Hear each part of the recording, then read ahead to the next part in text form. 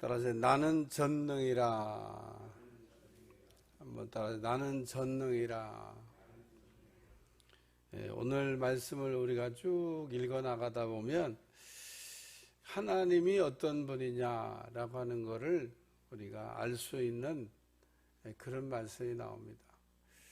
성경을 우리가 이렇게 읽을 때 주의해야 될 점이 한 가지 있는데, 성경을 그냥 가만히 이렇게 읽으면요, 성경이 말을 합니다. 성경이 살아있는 말씀처럼 이렇게 가만히 이렇게 읽으면, 그러니까 불필요한 그 생각을 가지고 성경을 읽으면 안 되고, 그냥 편안하게 이렇게 성경을 가만히 이렇게 읽으면 성경이 우리한테 말하는 그게 있습니다. 우리가 그게 하나님 우리에게 하시는 말씀이에요.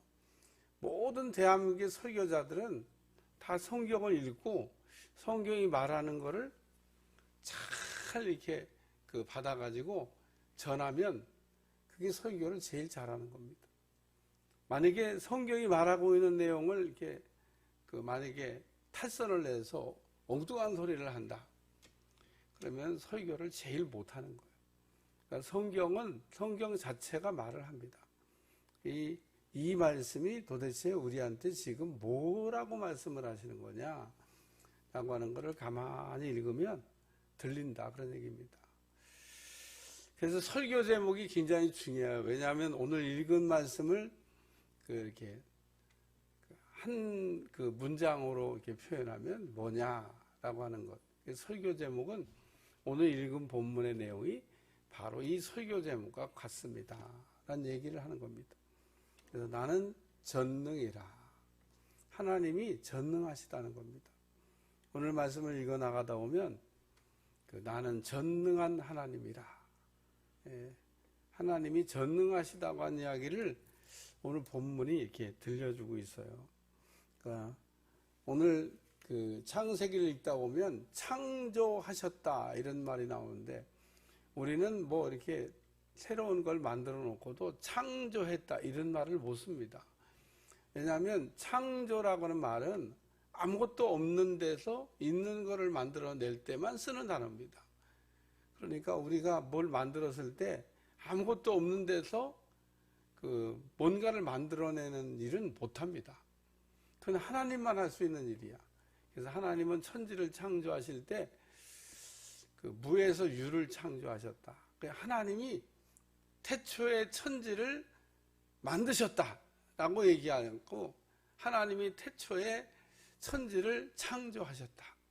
그러니까 무에서 유를 만드셨다라는 이야기를 그렇게 표현한 겁니다. 우리는 다 유에서 유를 만드는 거지, 무에서 유를 만드는 일은 인간은 못합니다.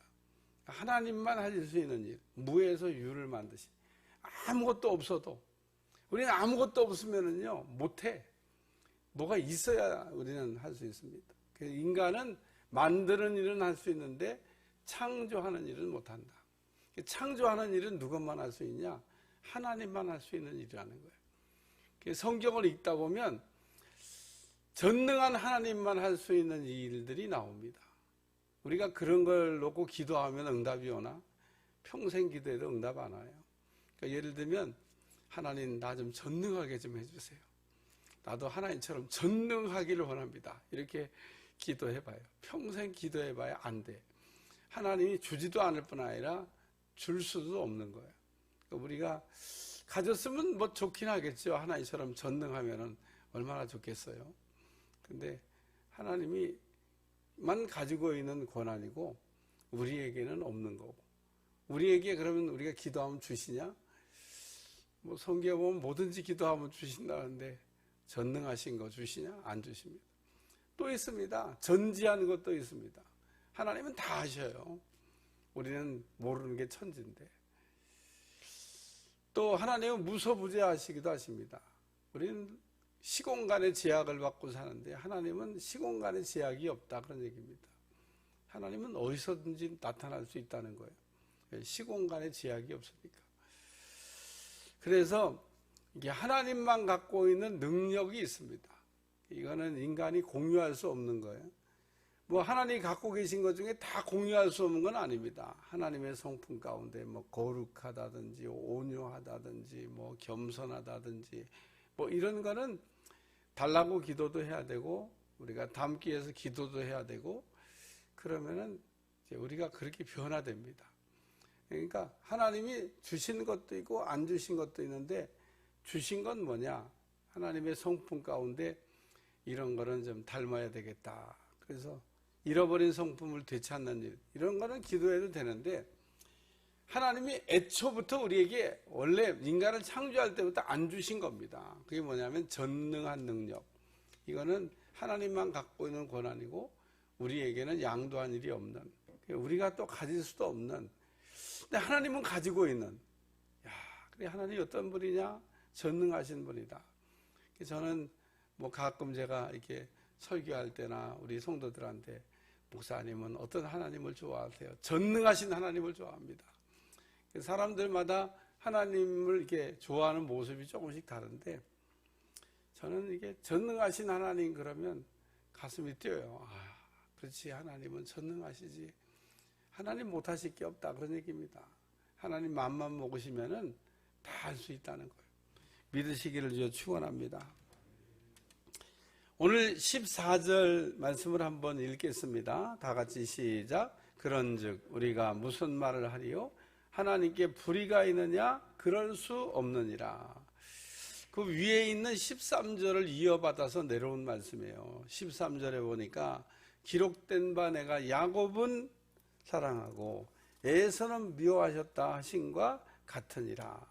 여기 기록된 바 그랬는데 이 말라기 1장 2, 3절에 보면 하나님께서 야곱은 사랑하시고 에서는 미워하셨다고 하는 말씀이 기록되어 있습니다. 그래서 이 모세가 그 말라기서의 말라기 선지자를 통해서 하셨던 말씀을 지금 인용해서 내가 야곱은 사랑하고 에서는 미워하셨다 하신과 같으니라. 그러면서 하나님이 이렇게 하신 일이 잘못된 거냐?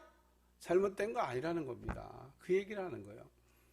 왜 하나님이 장자인 에서를 사랑해야지, 장자의 축복을 받고 태어났는데 장자의 축복도 야곱이 살짝 아버지 속여가지고 받았지 않냐는 겁니다. 그러니까 이거 뭐가 잘못되지 않았냐는 겁니다.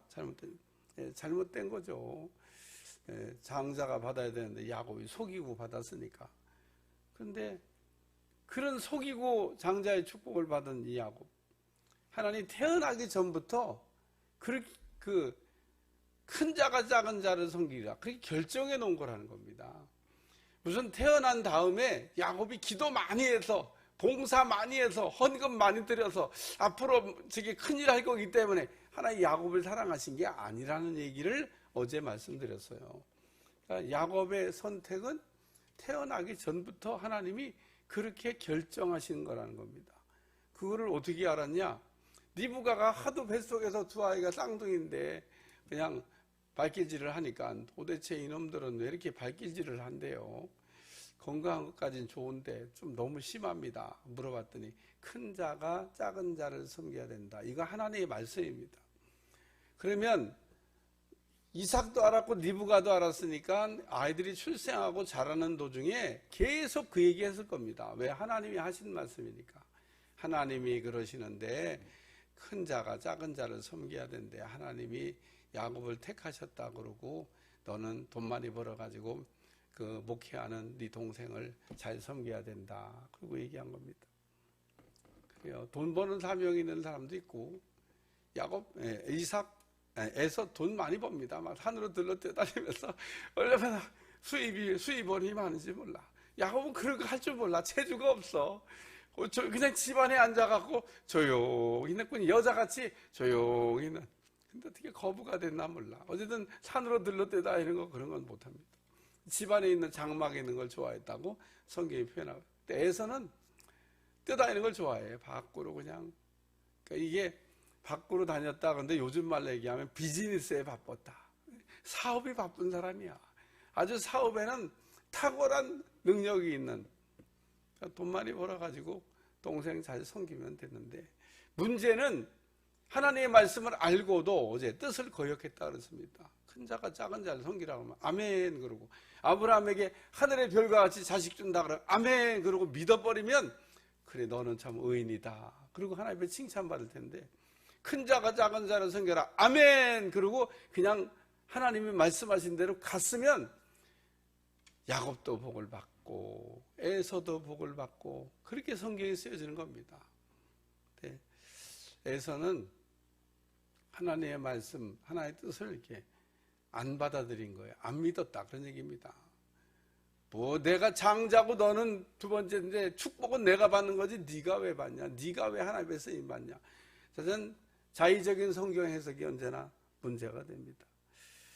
하나님이 태어나기 전부터 야곱을 택하셨다.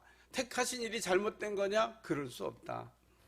모세에게 이르시되 내가 긍휼히 여길 자를 긍휼히 여기고 불쌍히 여길 자를 불쌍히 여기리라 하셨으니, 그런즉 원하는 자로 말미암음도 아니요 다른 박질하는 자도 말미암음도 아니요 오직 긍휼히 여기시는 하나님으로 말미암음이니라. 그래서 전능하신 하나님께서 선택의 자유가 있다 그런 얘기입니다. 그냥 하나님께서 하나님의 주권, 하나님의 결정권이 있다는 거예요. 그리고 하나님이 결정하시면은 우리는 그냥 그 결정에 아멘으로 받으면 됩니다. 하나님이 그런 권한이 있다는 거예요. 그래서 우리는 하나님이 긍휼을 베푸실지 안 베푸실지는 뭐 하나님이 결정하신 일이지만 긍휼에 관하여 기도를 할 필요는 있습니다. 아이 그건 뭐 다 하나님이 하시는 일인데 내가 뭐 기도한다고 그게 되겠어? 그렇지, 뭐 기도한다고 되는 건 아니고 하나님의 결정권에 의해서 되는 일이긴 하지만 우리가 하나님 앞에 꼭 해야 될 기도 중에 하나가 뭐냐면 불쌍히 여겨달라고. 그게 은혜입니다. 은혜. 우리가 은혜 달라고 기도해야 된다잖아요. 은혜는 내가 노력해서 내가 막 수고해서 내가 막 원해서 되는 건 아니에요. 그냥 하나님이 주시는 겁니다. 그렇긴 하지만 기도는 우리가 해야 한다는 거예요. 하나님 은혜를 주세요. 긍휼을 베풀어 주세요. 불쌍히 여겨주세요. 그리고 하나님 앞에 이렇게 훌쩍훌쩍 눈물이 안 나면 침이라도 갖다 발라봐요. 이렇게. 왜냐하면 하나님은 우는 거에 약하시더라고. 보니까 성경에 보면 그 야곱이 에서가 그래서 울은 겁니다. 장자의 축복을 잃어버리고 난 다음에 눈물을 흘리며 기도했다는 거예요. 알기는 아주 또 그런 건 어떻게 알았나 몰라. 하나님 눈물에 약한 거를 안 겁니다. 그게 막 울면서 하나님 다시 한번 기회를 주시면 안 되겠냐고 하는데 그거는 회개할 기회를 얻지 못했다 그랬어요. 때가 늦었다 그런 얘기입니다. 제가 얘기하잖아요. 지옥 가서 회개하는 사람 없다고. 들어가는 순간부터 아차차 싶어서 회개하기 시작하는데 늦었어요. 거기선 바꿀 수 있는 게 아무것도 없어. 그러니까 회개도 때가 있는 거다 그런 얘기입니다. 그냥 아무 때나 그냥 회개하면 다 하나님이 돌이켜 주시는 게 아니에요. 그래서 나이아가라 폭포에 가면 상류에 보면 그냥 호수같이 찬찬하대요. 여기가 진짜 뭐 호수 맞아? 그리고 저 밑에 나이아가라 같은 폭포가 있는 게 맞아? 할 정도로 찬찬하답니다. 뱃놀이하고 논대요. 배를 타고 가다 보면 상류에서 하루로 배는 내려가게 되잖아요. 쭉 내려가다 보면 빨간 줄이 쳐져 있어요. 올라가라고. 위험하니까 더 내려가면 안 된다고. 근데 사람들이 무시하고 또 내려간대요. 두 번째 줄이 쳐져 있대. 빨리 올라가라고. 위험하다고. 또 내려가면 세 번째 줄이 쳐져 있대. 당신이 만약에 이 줄을 넘어가면 돌아올 수 없습니다. 그래, 그 경고문을 읽고도 해마다 나이아가라에서 떨어져 죽는다는 통계가 있습니다. 무시하고 간 거죠.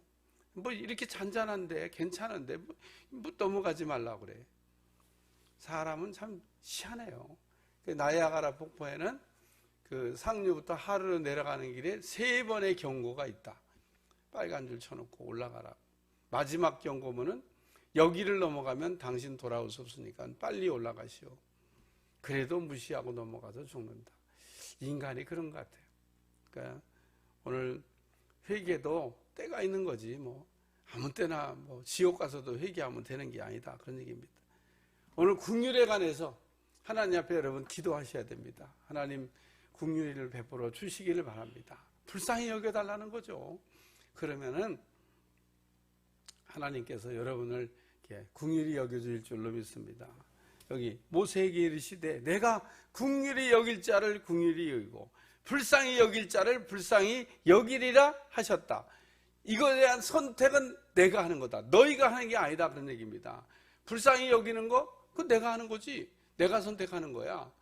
너희가 원한다고 불쌍히 여겨주고, 너희가 바란다고, 너희가 노력한다고 불쌍히 여겨주고, 그런 건 아니다. 그러나 하나님이 어떤 분이냐? 불쌍히 여기시는 하나님이라니까요. 하나님을 잘 아셔야 돼. 은혜 주시는 하나님, 불쌍히 여기시는 하나님. 그러니까 그 하나님 앞에 우리가 기도는 해야죠. 하나님 불쌍히 여겨달라고. 탕감에 비유해서 보면 엄청난 빚진 사람이 처음에 아주 갚을 능력도 없으면서 말미를 주면 갚아보겠다고 그래요. 그러니까 그냥 보니까 갚을 능력도 없는데 안 갚겠다고 하는 것보다 낫지만 주인이 불쌍히 여기가 그냥 탕감. 근데 저런 나가가지고 저한테 조금 빚진 사람, 그 빚도 아니야. 그런 빚진 사람 멱살 붙잡고 갚으라고 그러고 막 옥에 갖다 가두고 그런 거를 어떤 사람이 이렇게 보면서 이 사람 아주 못됐다고. 예?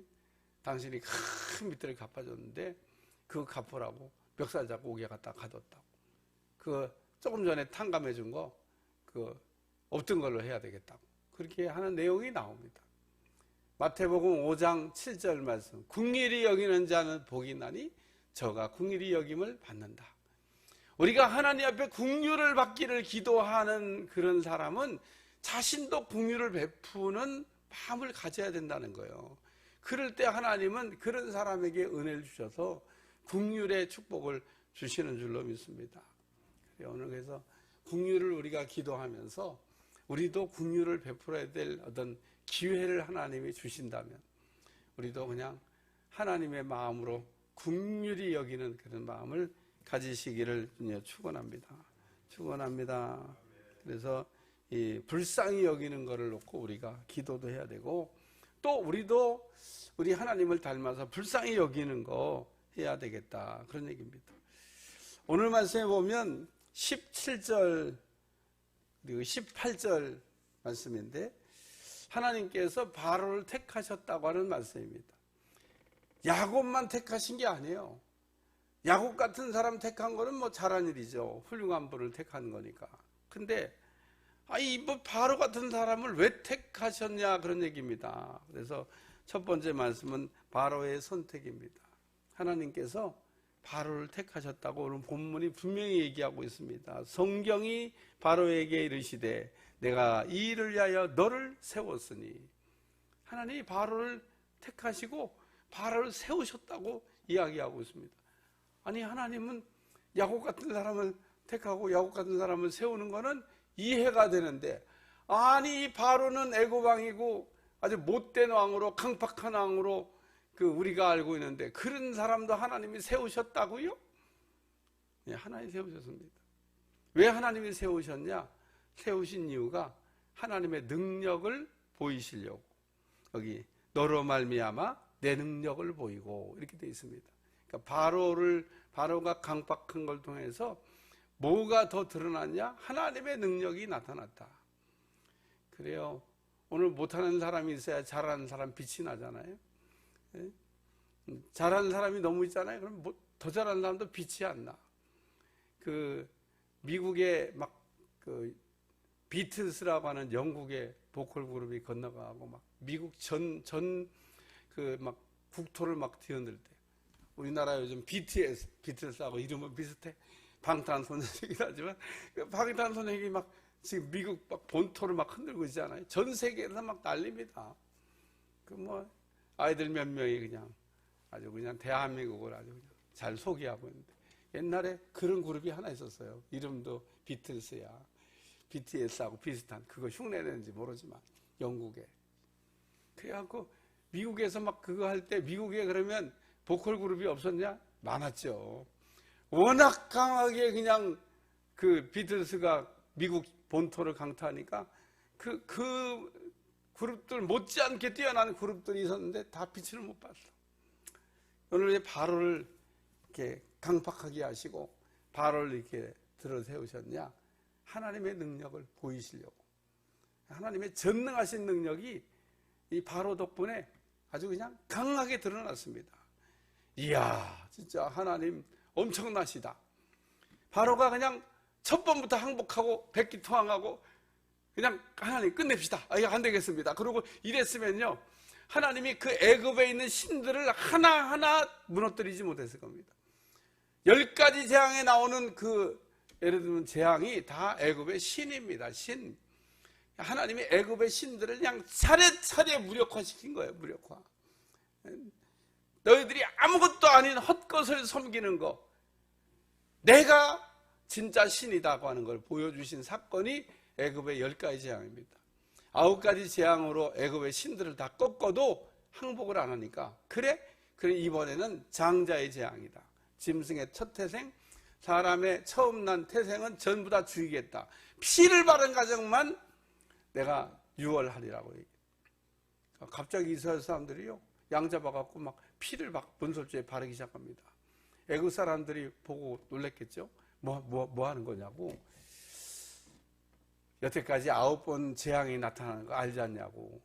하나님이 전능하신데 이번에는 피를 바른 가정은 하나님의 진노가 넘어가고, 피 안 바른 가정은 하나님께서 짐승의 첫 새끼, 사람의 장자를 전부 죽이겠다고 얘기했습니다. 그럼 우리도 그럼 바르면 되냐고. 그래서 애굽 사람 가운데도 바른 사람이 분명히 있었습니다. 왜냐하면 이스라엘 사람들이 나갈 때 같이 나간 애굽 사람들이 있거든요. 불신자가 따라갔겠어요? 하나님의 능력을 경험하고 믿음의 놀라운 사건을 본 사람들이 따라간 거죠. 그러니까 오늘 그 바로 왕의 강팍함으로 인해서 하나님의 능력이 강력하게 애굽 땅에 나타나고, 그리고 믿음 없이 이스라엘 사람들 흉내내서 홍해바다를 건너려고 하던 사람들을 다 홍해바다에 수장시켜 버렸습니다. 홍해바다는 믿음으로 건너가는 거지 믿음 없는 사람들이 건너가는 그 바다가 아닙니다. 그래서 그 이스라엘 백성들이 건너가는 걸 보고, 야, 니들 건너가는데 우리는 못 건너가냐? 그러고 홍해바다를 따라 들어왔는데 다 하나님이 그냥 홍해바다에다 묻어버렸습니다. 왜? 믿음 없는 사람은 못 건너간다, 그런 얘기입니다. 오늘도 우리 앞에 믿음으로 우리가 나갈 때 길도 열어주시고 또 하나님의 능력을 보여주시는 능력이 나타날 줄로 믿습니다. 그러므로 성경이 바로에게 이르시되 내가 이 일을 위하여 너를 세웠으니 곧 너로 말미암아 내 능력을 보이고. 그래서 바로를 세우셨는데 왜 바로를 세웠냐? 하나님의 능력을 보이시려고. 바로의 선택은 하나님이 잘못한 게 아니다, 그런 얘기입니다. 아니, 왜 바로 같은 사람을 택해가지고 택하셨냐고, 그런 토다는 얘기 하지 말라는 겁니다. 바로로 인하여 하나님의 능력이 강력하게 나타난 사건이 됐다.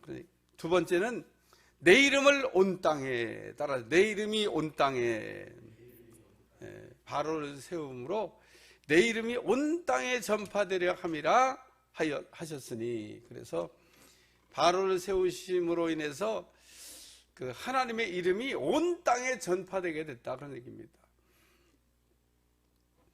이스라엘 백성들이 출애굽할 당시에 애굽은 세계 최강입니다. 오늘날 미국 같은 정도예요. 세계 최강의 나라였습니다. 그런 나라에 하나님의 이름이 선포된 겁니다. 바로를 꺾으신 분이 누구냐? 하나님이시다. 그래서 하나님의 이름이 온 땅에 전파되게 하기 위해서, 하나님이 구약에 보면 하나님의 이름이 잘 드러나지 않고 있는데, 신약에 보면 예수님이 오셔서 우리에게 하나님의 이름을 알려주셨습니다. 그게 예수입니다. 그래서 초대교회 그 사도들은 예수님의 이름으로 사도행전 3장에 보면 안진뱅이도 일으켰습니다. 은과 금은 내게 없거니와 나사렛 예수의 이름으로 준다. 그래서 예수의 이름을 줬더니 안진뱅이가 뻘떡 일어났습니다. 그러므로 오늘 그 바로 같은 이런 그 강팍한 사람을 통해서 하나님의 이름이 더 드러나게 되고 큰 역사를 일으킬 줄로 믿습니다. 그래서 하나님이 왜 바로를 세우셨냐? 하나님의 이름을 온 땅에 전파하시려고. 세 번째는 전능의 선택이라. 그래서 마지막 절을 보면 그런즉 하나님께서 하시고자 하는 자를 궁일이 여기시고 하고자 하는 자를 완악하게 하시느니라. 이게 무슨 얘기냐면 하나님이 전능하시다 그런 얘기입니다. 하나님은 뭐든지 가능해요. 그게 전능입니다. 이거는 되는데 저건 안 되고 저건 되는데 이건 안 되고 이러면 전능이 아닌 겁니다. 하나님은 이것도 하실 수 있고 저것도 할 수 있고 하나님은 뭐든지 가능합니다. 그러니까 오늘 하나님이 전능하시다. 하나님은 뭐든지 가능하다.